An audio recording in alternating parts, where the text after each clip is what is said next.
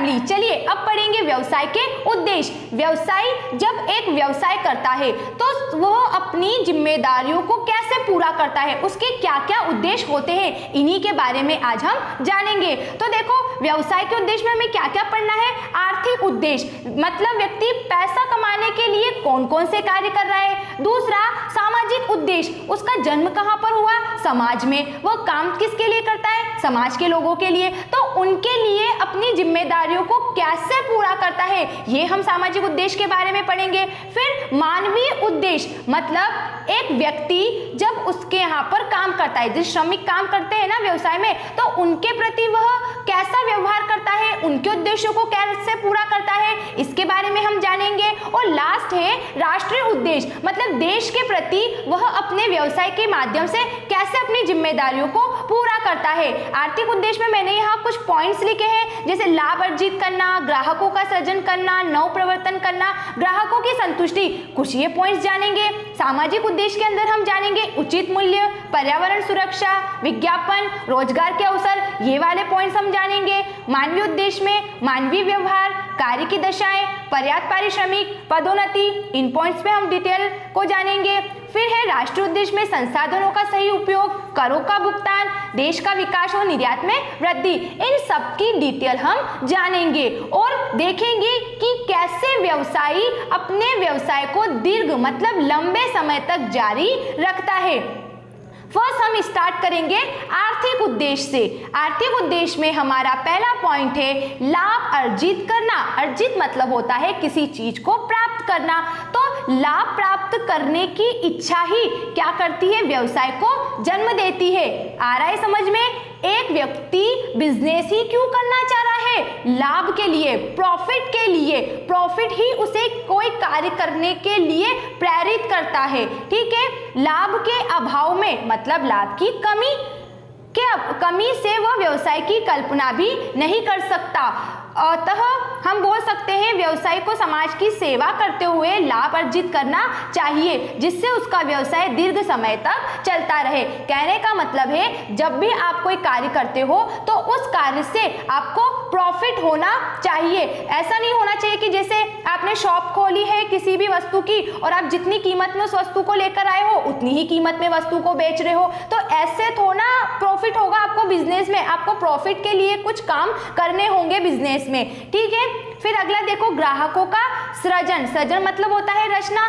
ग्राहक से ही तो आपका व्यवसाय चलेगा। जैसे आप दुकान खोलकर बैठ गए और आपकी दुकान में जो भी वस्तुएं हैं उसको खरीदने वाला कोई नहीं होगा, तो फिर आपको प्रॉफिट कहाँ से होगा। इसके लिए आपको ग्राहकों से अपने संबंध बनाने होंगे, नए नए ग्राहकों की खोज करना होगा, जिससे आपके व्यापार में नए नए ग्राहक बनते रहेंगे। क्योंकि एक व्यवसाय में लाभ जो होता है, यहाँ पे थोड़ा सा मिस्टेक हो गया है, यहाँ पे है लाभ। एक व्यवसाय में जो लाभ होता है वह ग्राहकों से ही प्राप्त होता है, क्योंकि ग्राहक को व्यवसाय का क्या माना जाता है, भगवान माना जाता है। उसकी संतुष्टि होना अत्यंत आवश्यक है और व्यवसाय में नए पुराने ग्राहकों का हमें सृजन करते रहना चाहिए, क्योंकि ग्राहक से व्यवसाय में लाभ है। ग्राहक आते रहेंगे तो व्यवसाय में भी लाभ आता रहेगा। जैसे आप देखो किसी दिन मार्केट में क्या होता है कि आप सुबह से शाम तक ऐसे बैठे रहते हो, शॉप पर कोई कस्टमर आता ही नहीं है और कभी कभी बहुत ज्यादा कस्टमर आ जाते हैं, तो कस्टमर के आने और न आने से ही आपके व्यवसाय में प्रॉफिट रहता है। ठीक है, तो अब कस्टमर को कैसे आपको बढ़ाना है ये आप पर डिपेंड करता है। अगला है इसमें नव प्रवर्तन करना। नव प्रवर्तन मतलब होता है कुछ नया करना, क्योंकि जहां तक आप नया नहीं करोगे वहां तक आप व्यवसाय में सफलता प्राप्त नहीं कर सकते। कुछ नया करना व्यवसाय की सफलता का मूल मंत्र होता है, क्योंकि एक वस्तु के सैकड़ों व्यापारी होते हैं। ऐसा तो नहीं कि आप जिस वस्तु को बेच रहे हो उस पे आपका ही कॉपीराइट है, कोई और व्यापारी उस वस्तु को नहीं बेच सकता। हजारों व्यक्ति उस वस्तु को बेच सकते हैं, लेकिन आप चाहते हो कि कस्टमर मेरी शॉप पर आए। इसके लिए आपको क्या करना पड़ेगा, जैसे आप उसको उपभोक्ता साख दे सकते हो। उपभोक्ता साख मतलब होता है ऋण पर कोई वस्तु देना। एक कस्टमर आपकी शॉप पर आता है, ठीक है, ये आपकी शॉप पर आया कोई भी फ्रिज वगैरह लेने। अब इसके पास कितने हैं, 10,000 रुपए है, 10,000 रुपए है और फ्रिज कितने का है, 15,000 रुपए का। तो ऐसी कंडीशन में आप इसको उपभोक्ता साख दे सकते हो कहने का मतलब है आज 10,000 रुपए लेकर इसको कह सकते हो कि बाकी के 5,000 रुपए आप मुझे किश्तों में जमा करवा देना। तो ये उपभोक्ता साख हो गया। दूसरा, आप इसको डिस्काउंट भी दे सकते हो। कभी कभी कोई कस्टमर क्या होता है, कैश पेमेंट करता है, तो हम डिस्काउंट से भी उसको क्या कर सकते हैं, वस्तु दे सकते हैं। और उसके अलावा गारंटी वारंटी सेवा, या वो जो भी वस्तु खरीदता है उसके घर तक उस वस्तु को पहुंचाने की सुविधा, ऐसी बहुत सारी फैसिलिटी आप प्रोवाइड करके क्या कर सकते हो, अपने बिजनेस में कुछ नया कर सकते हो, जिससे कस्टमर क्या रहेंगे, आपके व्यापार में बने रहेंगे। ठीक है, तो हमें क्या करना है, यहाँ पे कि नवप्रवर्तन व्यवसाय की सफलता का मूल मंत्र हो गया, बिना नवप्रवर्तन के हम सफलता प्राप्त नहीं कर सकते।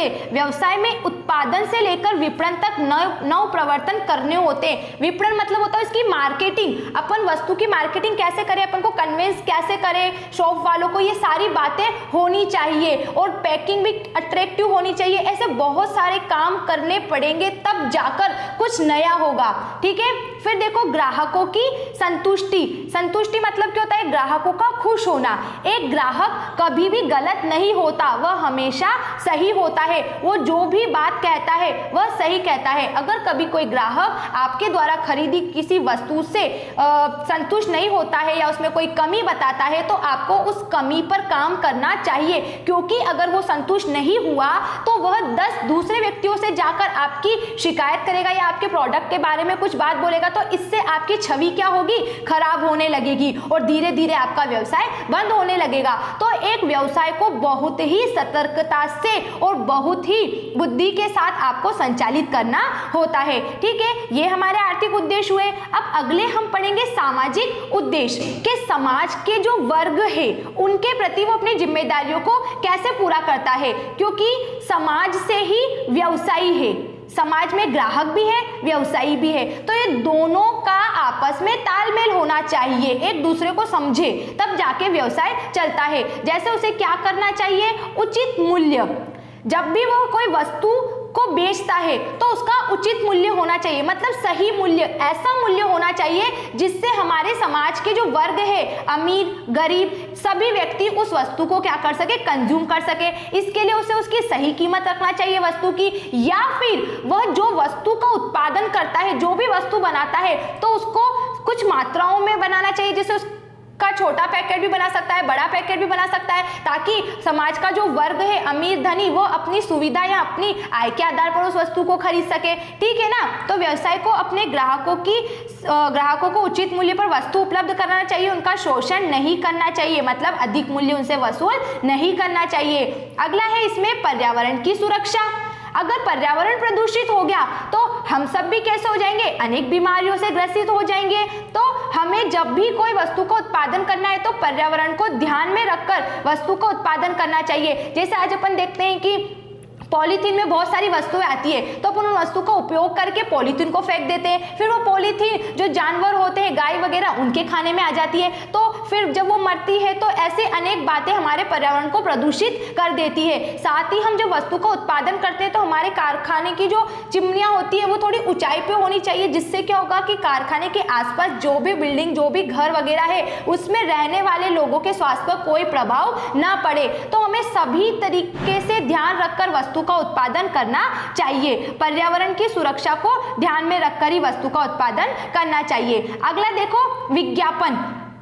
क्या होता है कि आपने कोई वस्तु बनाई है तो उस वस्तु को आप घर घर जाकर तो नहीं बेच सकते हो, उसके लिए आपको क्या करना चाहिए, विज्ञापन से ग्राहकों का सृजन करना चाहिए। अब विज्ञापन कैसा होना चाहिए, हम अनेक विज्ञापन देखते हैं जो कि करते हैं हमको भ्रमित करते हैं, मतलब हमको कंफ्यूज कर देते हैं कि ये वस्तु खरीदे कि ये वस्तु खरीदे, ये इतने मूल्य की है, तो ऐसे अपन बहुत कंफ्यूज हो जाते हैं। तो विज्ञापन ऐसा होना चाहिए जो ग्राहकों को संतुष्ट कर दे। विज्ञापन में अनावश्यक बातें नहीं होनी चाहिए, वस्तु से संबंधित सभी बातें होनी चाहिए। जैसे आप विज्ञापन के माध्यम से वस्तु की सही सूचना दे सकते हो, जैसे वस्तु की कीमत, उत्पादन तिथि, अंतिम उपभोग तिथि, ये सारी बातें आप विज्ञापन में बता सकते हो। साथ ही वस्तु जो है उसमें भी आप प्रिंट करा सकते हो, ताकि कस्टमर उस वस्तु को अच्छे से समझ सके कि कैसे उसको उपयोग में लिया जाता है, कितने टाइमिंग तक वो उपयोग में ले सकते हैं, इन सब बातों का वो अध्ययन कर सकता है। फिर है रोजगार के अवसर। एक व्यवसायी जो है वो बाहर से जिन वस्तु का आयात करता है उस वस्तु का उसे अपने देश में ही उत्पादन करना चाहिए, क्योंकि जब वो उत्पादन करेगा तो उससे देश के लोगों को क्या मिलेगा, रोजगार मिलेगा। और रोजगार मिलने से हमारे देश में क्या होगी, गरीबी को पूरी तरीके से समाप्त नहीं किया जा सकता, लेकिन एक सीमा तक तो उसे कम किया जा सकता है। और अगर गरीबी हमारे देश में कम होगी तो कहीं ना कहीं लोगों के जीवन स्तर में भी वृद्धि होगी। तो इस तरीके से उसे कार्य करना चाहिए, नए नए रोजगार के अवसर उपलब्ध कराना चाहिए, है ना। तो रोजगार के नए अवसर उपलब्ध कराना चाहिए व्यवसायी को, जिससे बेरोजगारी की समस्या क्या होगी, दूर, और व्यक्तियों की आय में वृद्धि होगी। आय में वृद्धि होगी तो उनका जीवन स्तर भी कैसा होगा, उन्नत होगा, ऊंचा होगा। ठीक है, अब पढ़ेंगे मानवीय उद्देश्य। मानवीय उद्देश्य मतलब होता है जब आपके व्यवसाय में कोई कर्मचारी या कोई श्रमिक काम करता है तो उसके साथ आपका व्यवहार कैसा होना चाहिए। पहला मैंने इसमें लिखा मानवीय व्यवहार, मानवता का व्यवहार। जिस व्यवहार की, जिस बिहेवियर की आप दूसरे से अपेक्षा करते हो, जिस सम्मान को आप दूसरे से चाहते हो, आपको सबसे पहले सामने वाले को भी वही सम्मान देना होगा, क्योंकि प्रत्येक काम करने वाला जो व्यक्ति है वह पहले क्या है, मनुष्य मतलब मानव है, फिर उसके बाद वो कर्मचारी या श्रमिक है। वो आप क्या काम कर रहा है, इसका मतलब वो नौकर नहीं है। कर्मचारियों के साथ वैसा ही व्यवहार करना चाहिए जिस व्यवहार की हम दूसरों से अपेक्षा करते हैं, क्योंकि अच्छा व्यवहार करोगे, मित्रता जैसा आप उसके साथ व्यवहार करोगे, अपने फैमिली मेंबर जैसा आप उसके साथ बिहेव करोगे, तो वो आपको समझेगा और आपको इक्वली सपोर्ट करेगा और आपके व्यापार में जो भी नुकसान होगा उस नुकसान से आपको बचाएगा। ठीक है, दूसरा है कार्य की दशाएं, मतलब कंडीशन। जिस कंडीशन में आप रहना चाहते हो वही कंडीशन काम करने वाले के लिए भी होनी चाहिए। जैसे आप गर्मी में नहीं रह सकते हो तो एक कर्मचारी गर्मी में कैसे रहेगा, अगर वो उस वातावरण में रह भी लिया तो वह उतनी कुशलता के साथ काम नहीं कर पाएगा जितनी कुशलता से वो कर सकता है। तो कार्य करने की दशाएं अच्छी होनी चाहिए, स्वस्थ वातावरण होना चाहिए, हवादार वातावरण होना चाहिए जहां पर उसे किसी प्रकार की कोई परेशानी नहीं हो। ठीक है, क्योंकि उससे क्या होगा, श्रमिकों की कार्य के प्रति रुचि उत्पन्न होगी, मतलब इंटरेस्ट आएगा और काम को करेगा और उसकी कार्य करने की क्षमता में भी वृद्धि होगी, वो काम भी जल्दी से फिनिश करेगा। वहीं अगर उसको अच्छी दशाएं नहीं मिली तो वह क्या होगा, काम को अच्छे से नहीं कर पाएगा और उसकी कार्यकुशलता में वृद्धि नहीं होगी। अब अगला है इसमें पर्याप्त पारिश्रमिक। इसका मतलब होता है उचित पारिश्रमिक। कर्मचारी को काम के बदले में सही पारिश्रमिक देना चाहिए। ऐसा नहीं आप उससे अधिक समय तक काम करा के उसको कम पारिश्रमिक दो, ऐसा शोषण नहीं होना चाहिए। अगर आप उसके साथ ईमानदारी रखोगे तो वो भी आपके साथ ईमानदारी रहेगा। तो श्रमिकों को कार्य के बदले पर्याप्त एवं उचित पारिश्रमिक दिया जाना चाहिए। पर्याप्त एवं उचित पारिश्रमिक से श्रमिकों के जीवन स्तर में वृद्धि होती है। अगला है पदोन्नति, मतलब प्रमोशन। समय समय पर आपके यहाँ पे जो कर्मचारी काम करते हैं उनका प्रमोशन भी करना चाहिए, जिससे वह क्या होते हैं, मोटिवेट होते हैं और अच्छे उत्साह के साथ काम को और अच्छे से करते हैं। ठीक है, तो संस्था में व्यक्ति को पदोन्नति के अवसर भी देने चाहिए। अब हम पढ़ेंगे राष्ट्रीय उद्देश्य, मतलब देश के प्रति एक व्यवसाय की क्या जिम्मेदारी है। सबसे बड़ी जिम्मेदारी है संसाधनों का सही उपयोग करना, क्योंकि हमारे जो रिसोर्सेस है वो कैसे है, लिमिटेड, सीमित, और उनके यूज कैसे, अल्टरनेटिव यूज है, बहुत सारे उनके उपयोग है। जैसे फॉर एग्जांपल मैं दूं, मनी, पैसा, आपके पास 500 रुपए है, ठीक है, माइंड में बहुत सारे आइडिया आएंगे कि यार मैं शॉपिंग कर लूँ, सेविंग कर लूँ, पार्टी कर लूँ, गिफ्ट ले आऊँ, कितनी सारी बातें होगी। तो कैसे आप अपनी अनलिमिटेड वांट्स, अपनी असीमित आवश्यकताओं को उन लिमिटेड रिसोर्सेज और उनके अल्टरनेटिव यूजर्स से कैसे फुलफिल करते हो, तो ये कॉम्बिनेशन होना चाहिए। संसाधन हमारे सीमित है तो संसाधनों का सीमित मात्रा में या सही तरीके से उपयोग करना चाहिए और देश के प्राकृतिक संसाधनों में संतुलन बनाए रखना चाहिए। ठीक है, करों का भुगतान, हमारे देश में जो सरकार है उन के जितने भी कार्य है वह सारे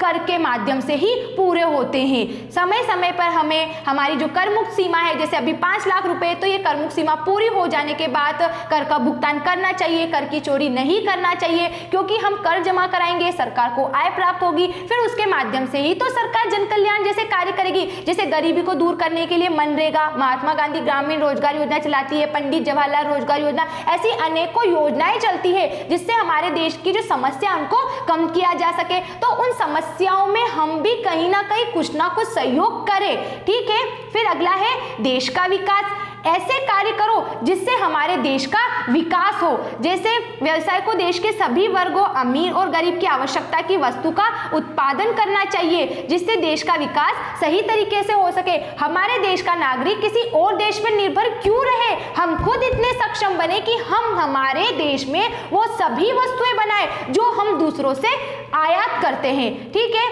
फिर है निर्यात में वृद्धि। बड़े पैमाने पर उत्पादन होना चाहिए और फिर उसका निर्यात होना चाहिए। हमें विदेशी मुद्रा कोष में वृद्धि करना होगी और ये वृद्धि निर्यात व्यापार से होगी। अगर हमने जितना ज्यादा निर्यात किया उतनी ज्यादा हमारे देश में राष्ट्रीय आय में वृद्धि होगी, और राष्ट्रीय आय में वृद्धि होना मतलब देश के सारे कार्य अच्छे से होना, जन कल्याण में वृद्धि होना, लोगों के जीवन स्तर को ऊंचा करना, प्रति व्यक्ति आय में बढ़ना, देश का विकास होना। ऐसे अनेकों काम राष्ट्रीय आय पर निर्भर होते हैं। तो कुछ इस तरीके से हमने एक व्यवसाय के समाज के जो विभिन्न वर्ग है उसके प्रति उद्देश्य पढ़े। अब आपको इसमें से किसी में भी कोई भी डाउट्स हो तो आप मुझे कमेंट्स बॉक्स में लिख के जरूर बताइएगा। Thank you for watching this video. Bye bye.